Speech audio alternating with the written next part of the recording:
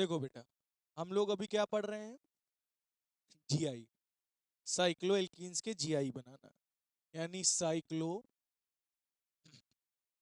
Alkenes के GI. तो कल मैंने बताया था साइक्लो एल्कीन्स में जो ज्योमेट्रिकल आइसोमर्स होते हैं उसमें 6-7 कार्बन तक ज्योमेट्रिकल आइसोमर्स बनने के चांसेस नहीं रहते हैं, लेकिन 7 के बाद और अगर कार्बन एटम्स होते हैं तो वो ज्योमेट्रिकल आइसोमर बना सकता है। कल के लेक्चर में हम लोगों ने ये जाना था, ठीक है। तो आज मैं आपको एक एग्जांपल और देता हूं, और मैंने ये भी बताया था उसमें हम लोग डबल बॉन्ड की पोजीशन क्या करते हैं, चेंज। चलो मैं आपको एक दे रहा हूं, बताओ क्या ये ज्योमेट्रिकल आइसोमर फॉर्म करेगा या नहीं? CH3 double bond. बताओ, ये साइक्लो एल्कीन है या नहीं है? हाँ है। क्या ये ज्योमेट्रिकल आइसोमर शो करेगा? बताओ बेटा। नहीं करेगा। साइक्लो एल्कीन के अकॉर्डिंग तो ये ज्योमेट्रिकल आइसोमर शो नहीं करेगा, सही बात है। लेकिन अगर हम साइक्लो एल्कीन के रूप में इसको देखें तो देखो, ये कार्बन और ये कार्बन, यहां वाला कार्बन और यहां वाला कार्बन दोनों कैसे हैं?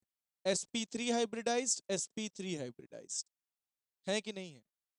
है ना भाई? 1 2 3 और एक और होगा हाइड्रोजन, 4, है ना?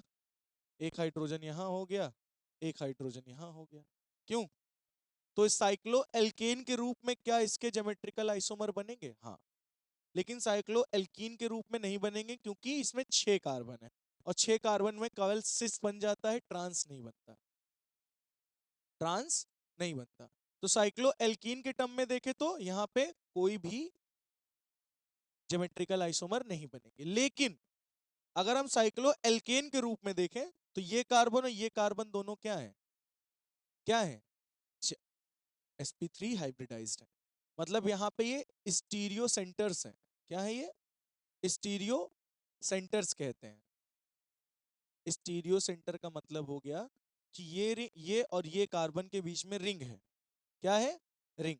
और ये रिंग किसकी तरह बिहेव कर रही है? एक स्टीरियो सेंटर की तरह बिहेव कर रही है। मतलब इनके बीच में जो रिंग है ये आपका सिस और ट्रांस ज्योमेट्रिकल आइसोमर शो करा सकती है।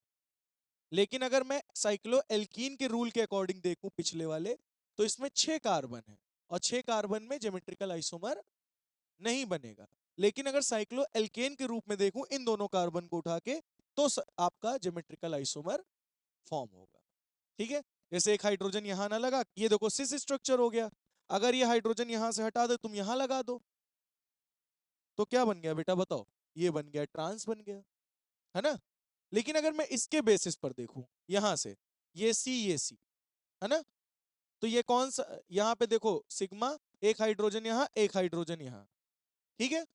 सही बात है नहीं? इतनी बात समझ में आई? अब इनको मत देखो, तुम इनको देखो साइक्लोएल्कीन के रूप में। और ये इधर से जाओगे तो एक ग्रुप ये मिला, इधर से गया एक ग्रुप ये मिला, यानी सी डबल बॉन्ड सी, एक एच ए, एक एच ए, इधर मिला ए, इधर मिला ए, सिस बन रहा है ना? लेकिन क्या इस ए को हम इधर ला सकते हैं? नहीं। इसका ट्रांस बनाना इम्पॉसिबल है अगर हम इसके बेसिस पर देखेंगे तो। लेकिन इसके बेसिस पर देखें, साइक्लोएल्केन के बेसिस पर, तो स्टीरियो सेंटर बन गया रिंग, और यहाँ पे देखो, यहाँ पे सिस और ट्रांस दोनों बन सकते हैं। आई बात समझ में? यहाँ पे तो देखो नहीं बनेगा ना, इसको अगर लेकर करोगे। अच्छा, इस हाइड्रोजन को तुम कहो यहां से हटा के, यहां पे हटा के यहां लगा दो, क्या पॉसिबल है? नहीं, नहीं पॉसिबल है। तो इसके बेसिस पर, साइक्लोएल्कीन के बेसिस पर नहीं पॉसिबल ज्योमेट्रिकल आइसोमर। लेकिन इसके बेसिस पर पॉसिबल है। सी और सी, यहां पर लग गया CH3, यहां लग गया H, यहां लग गया CH3, यहां लग गया H, और बीच में क्या जुड़ी हुई है? क्या जुड़ी हुई है? रिंग, है ना? तो देखो ये ट्रांस भी बन गया, सिस भी बना सकते हो। समझ में आई बात? तो साइक्लो एल्केन के बेसिस पर, और ये बीच वाली रिंग क्या हो गई? Stereo centre. इसी की वजह से तो ये सी सी में बीच में क्या बन पा रहा है? Geometrical isomer. इसकी वजह से नहीं बन पा रहा था, इन दोनों की वजह से बन पा रहा। क्यों? क्योंकि ये दोनों क्या है? sp3 hybridised. तो साइक्लो एल्कीन के बेसिस पर तो ये नहीं बनाएगा, ये साइक्लो एल्केन के बेसिस पर बना सकता है। क्या? Geometrical isomers. बात कुछ समझ में आई होगी। हाँ, एल्कीन्स में नहीं बनाएगा। ठीक है, चलो तुमको हम एक और एग्जांपल देते, तुम पहले स्टीरियो सेंटर पता करना सीखो कि इसमें कितने स्टीरियो सेंटर हैं। चलो मैं एक देता हूं आपको एग्जांपल।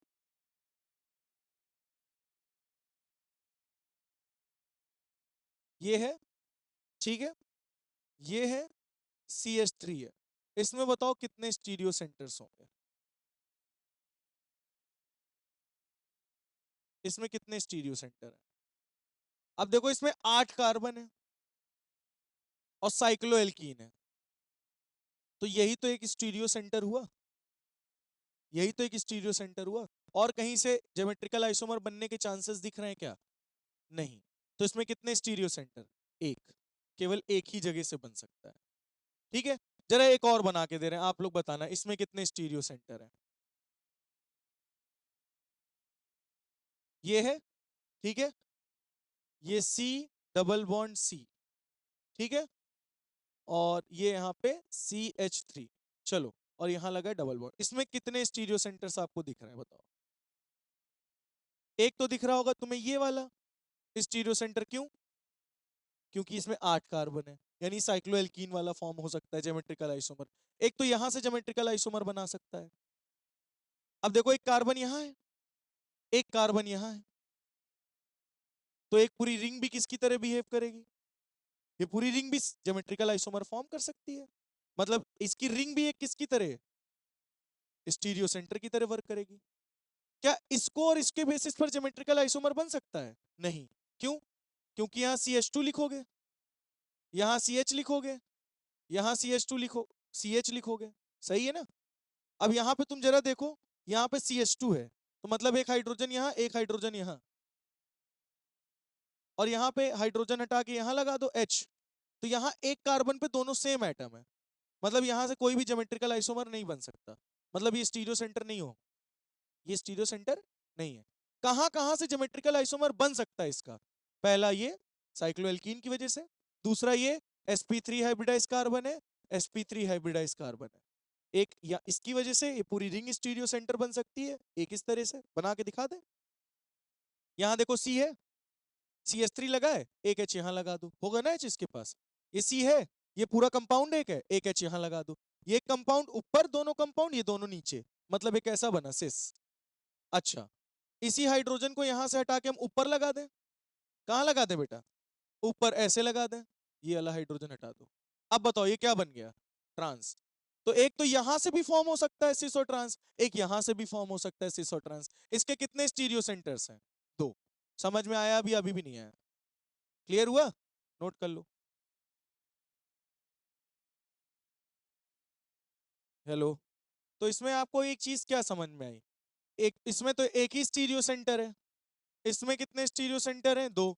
तो मतलब एक यहां से भी ज्योमेट्रिकल आइसोमर बना सकता है और यहां से भी ज्योमेट्रिकल आइसोमर बन सकता है, और यहां से केवल यहां पे ज्योमेट्रिकल आइसोमर बना सकते हो, है ना? जैसे यहाँ पे C, यहाँ पे C, एक H यहाँ, एक H यहाँ, बाकी एक कंपाउंड ये, एक कंपाउंड ये, बाकी H तुम अंदर भी कर सकते हो, ज्यादा स्ट्रेन नहीं पड़ेगा इसमें, क्योंकि 7 से ज्यादा कार्बन है ना? तो कहने का मतलब ये है कि साइक्लो एल्कीन्स में हमें स्टीरियो सेंटर पता कर लें, जितने स्टीरियो सेंटर बनेंगे मतलब वहां वहां से ज्योमेट्रिकल आइसोमर बन सकता है, नहीं तो नहीं बनेगा। हाँ, इसमें यहां से दो बन सकते हैं और यहां से दो बन सकते हैं, सिस और ट्रांस। हाँ, अब नंबर ऑफ कितने बनेंगे वो हमारा नेक्स्ट लेक्चर है, उसमें हम अभी आगे देखेंगे कि कितने बनने हैं। समझ रहे हो ना?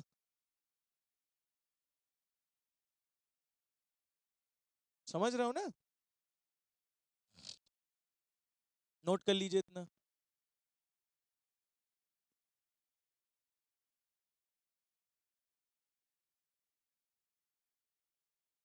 चलो एक हम और देते हैं आपको, आप बताना उसमें क्या उसके सिमेट्रिकल आइसोमर बन पाएंगे या नहीं, और उसमें कितने स्टीरियो सेंटर्स होंगे। दे, बनाए, चलिए।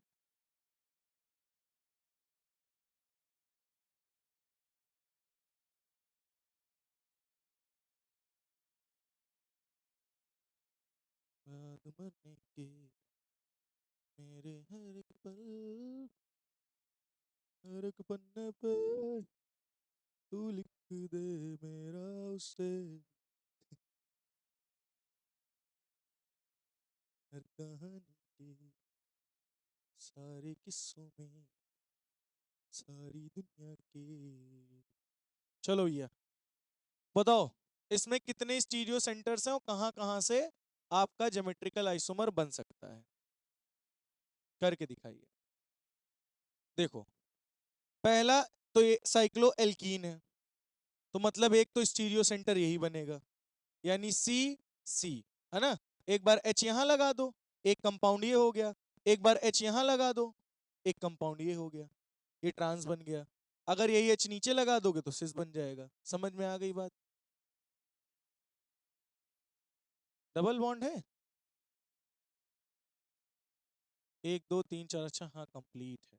हाँ तो इसके पास ये वाला भी तो कंपाउंड है, तो फिर ई और जेड के फॉर्म में निकलेगा, निकलेगा बनेगा। ठीक है। अच्छा एक तो ये स्टीरियो सेंटर हो गया, एक ये भी तो स्टीरियो सेंटर है, जरा देखो। यहाँ पे तो हाइड्रोजन एक होगा, यहाँ पे भी एक हाइड्रोजन होगा, ये देखो बना रहा है कि नहीं। ये हाइड्रोजन कौन सा स्ट्रक्चर, ट्रांस। अगर यही हाइड्रोजन हम इधर लगा दें, क्या बन गया, सिस बन गया। तो यहां से भी बन सकता है क्या, इसके और इसके बीच में बन सकता है? नहीं, यहाँ पे साइक्लोएल्केन का कोई भी ज्योमेट्रिकल आइसोमर नहीं बनेगा। तो यहाँ कितने स्टीरियो सेंटर हमें मिले, दो। मतलब दो प्लेसेस से हम लोग ज्योमेट्रिकल आइसोमर फॉर्म कर सकते हैं। समझ में आ गई इतनी बात या नहीं? क्लियर हो गया कि यहां से भी फॉर्म हो सकता है, यहां से भी फॉर्म हो सकता है, चाहे आप यहां से आइसोमर बनाओ चाहे यहां से, दोनों जगह से प्रॉपर बन जाएंगे।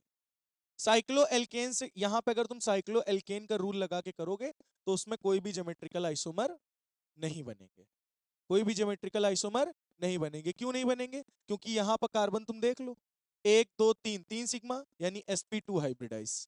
और एल्केन क्या कहता है, साइक्लो एल्केन sp3 हाइब्रिडाइज होना चाहिए, और ये sp2 है मतलब नहीं बन सकता। समझ में आ गई बात? क्लियर हो गया? तो बेटा ये था आपका साइक्लो एल्कीन्स। अब हम लोग पढ़ने जा रहे हैं एलीन्स के बारे में। किसके बारे में? एलीन्स। आगे बढ़ाएं, आगे बढ़े। तो नेक्स्ट टॉपिक क्या है? एलीन्स। नहीं, ओनली एलीन्स। एलीन्स का मतलब होता है डाई इन, डाई इन यानी कंजिक्यूटिव, कंजिक्यूटिव। कंजिक्यूटिव का मतलब अगल बगल। सबसे बढ़िया एग्जांपल है इसका C3H4, मतलब C double bond C double bond C. और कितने हाइड्रोजन? चार। जैसे एक हाइड्रोजन यहां लगा दिया, एक CH3 यहां लगा लो, एक CH3 यहां लगा लो, एक H यहां लगा लो। तो आपको क्या लग रहा है, ये एलीन्स हैं। एलीन्स का मतलब होता है डाइन, कंजिक्यूटिव डाइन, मतलब एक कार्बन के अगल बगल डबल बॉन्ड लगे हो तो उसे हम लोग क्या बोलते हैं, एलीन्स। अब तुम देख सकते हो इस कार्बन का क्या कंप्लीट है, चार बॉन्ड कंप्लीट है, बीच में कोई भी हाइड्रोजन नहीं लगना। तो अब कुछ बच्चे कहेंगे, अब बताओ क्या ये सिस और ट्रांसफॉर्म करेगा? अब तुम कहोगे एरियल पैरामीटर से भी कर सकता है। देखो यहाँ की डिस्टेंस बताओगे y, है ना, और तुम कहोगे यहाँ का ये हटा के CH3 यहां लगा दो, H यहां लगा दो, ये बन गया सिस, और यहां से यहां तक की दूरी हो गई x, और x y के बराबर नहीं है, यही बोलोगे ना? गलत। ये सिस और ट्रांस इस तरीके से नहीं बनाएगा। और मैं तुम्हें बता दूं, यहाँ का जो एरियल डिस्टेंस होगा y और यहाँ का जो एरियल डिस्टेंस है x, दोनों बराबर होंगे। दोनों क्या होंगे? बराबर, अनइक्वल नहीं होंगे। क्यों? पूछो क्यों? चलो वही बताने चल रहे हैं। ये बात समझ में आई? ये एरियल डिस्टेंस वाला कॉन्सेप्ट आप यहां नहीं लगा सकते, और इस तरीके से सिस और ट्रांस नहीं बनेगा। ध्यान से सुनो, इधर वाला जो इतना कंपाउंड है, ये जो कंपाउंड है ना बेटा, ये पता है कौन से प्लेन में है? एक्स वाई प्लेन में। और ये कौन से प्लेन में है पता है? ये वाई जेड प्लेन में है। बता रहा हूं ना अभी, अभी मैं बता ही तो रहा हूं यही चीज। ये कौन से प्लेन में है? X Y. ये कौन से प्लेन में है? Y Z.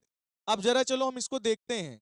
अगर ये एक्स वाई प्लेन में, वाई जेड प्लेन में, तो यहां और यहां की डिस्टेंस क्या होगी? सेम। जरा ध्यान से समझो, ये एक्स वाई प्लेन में है, ये वाई जेड प्लेन में है। अब तुम चाहे कार्बन ऐसे कर दो चाहे ऐसे कर दो, दूरी तो सेम रहेगी ना। क्या कहते हो? अब मैं वही आपको दिखाने जा रहा हूँ, पहले इतनी बात समझ में आई, इस चीज को मैं अभी शो कर रहा हूँ कि दूरी सेम होगी या नहीं होगी।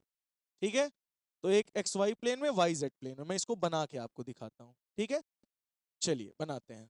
तो एक प्लेन हम बनाते हैं ऐसे,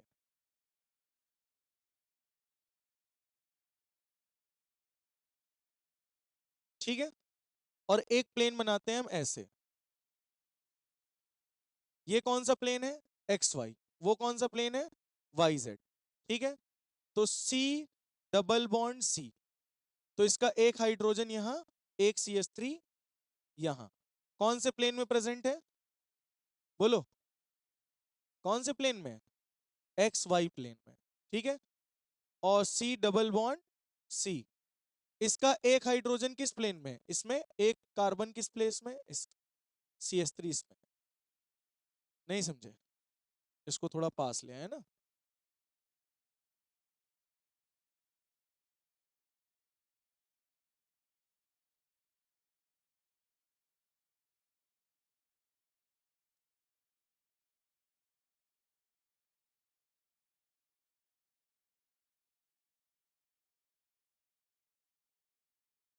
अब ध्यान समझो, ये ऐसे प्रेजेंट है और ये ऐसे प्रेजेंट है,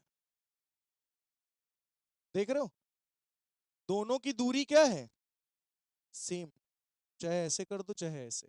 मतलब ये एक्स वाई प्लेन पर है, एक्स वाई इस प्लेन पर है, और ये कौन से प्लेन पे है? वाई और जेड प्लेन पर है। समझ रहे हो?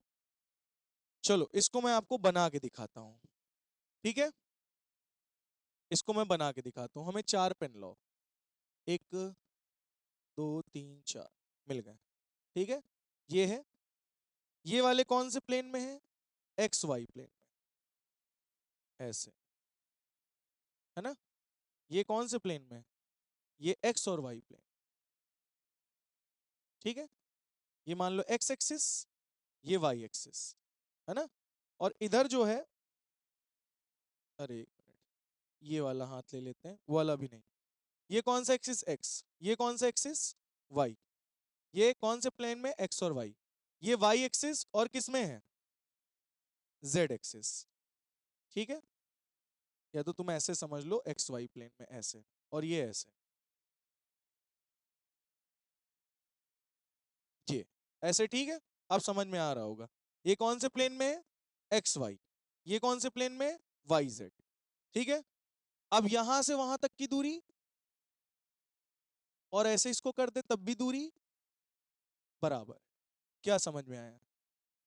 जैसे ये है सी एस थ्री और ये है एच, ठीक है, और इधर ये है सी एस थ्री और ये है एच। अब मैंने इसको ऊपर रखा है। ठीक है, अब यहां से यहाँ सी एस थ्री और ये सी एस थ्री की दूरी एक्स, और ये सी एस थ्री और ये सी एस थ्री की दूरी एक्स। अब बताओ समझ में आया? मतलब ये और ये, इनके बीच की दूरी क्या है? सेम। अब जो पलट दिया, अब तुम कहोगे लो ट्रांस बना दिया, सिस बना दिया। अब यहां से यहां तक की अभी भी दूरी क्या है? सेम। ये एक्स वाई प्लेन में, वाई जेड प्लेन में। तो ये आइसोमर फॉर्म करेगा इस तरह से एरियल डिस्टेंस के बेसिस पर? नहीं करेगा।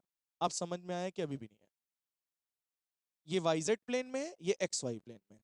चाहे तुम इसको ऐसे घुमा दो, चाहे तुम ऐसे घुमा दो। हाँ, ये दोनों एक, ये वाई जेड प्लेन पे है, ये एक्स वाई प्लेन पे है। अगर दोनों अलग अलग प्लेन पे है तो दोनों की दूरी सेम होगी, चाहे ऐसे रखो चाहे ऐसे रखो, चाहे सिस बनाओ चाहे ट्रांस बनाओ। हाँ, उसमें सेम ही प्लेन पे रहते थे। तो यहाँ पे क्या हो रहा है? यहाँ पे चाहे कार्बन यहाँ और यहाँ हो, और चाहे सी एस थ्री यहाँ लगा हो, और हाइड्रोजन केवल यहाँ लगा हो।